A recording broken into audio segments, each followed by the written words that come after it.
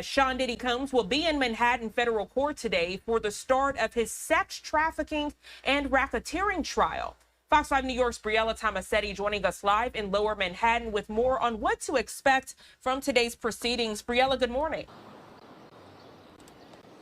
Gina, yeah, good morning to you. Sean Diddy Combs built a business empire. He also had a stake in the fashion world. Today, though, he is pleading not guilty to federal charges. A pool of jurors tasked with deciding whether or not he spends the rest of his life in prison.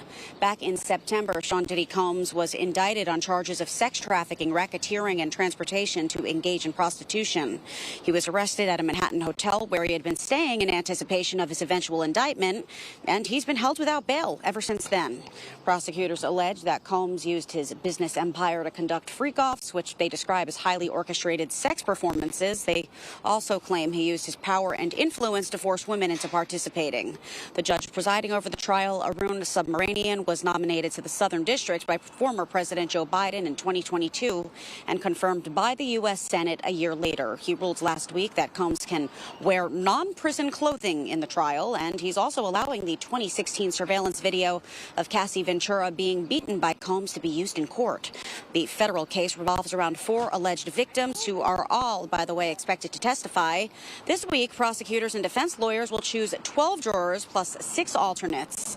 Attorney Amanda Riemann is not associated with the trial, but weighed in on what is expected to be a complicated process. When the prosecution is interviewing people for jury selection, they're going to be eliminating people who really idolize this rapper, who have been big fans of this song since they were young teenagers. They're going to want that person acting. On the other hand, the defense is going to be thinking, okay, well, wait a minute, this potential juror, they sympathize with women. They might be a little too sympathetic.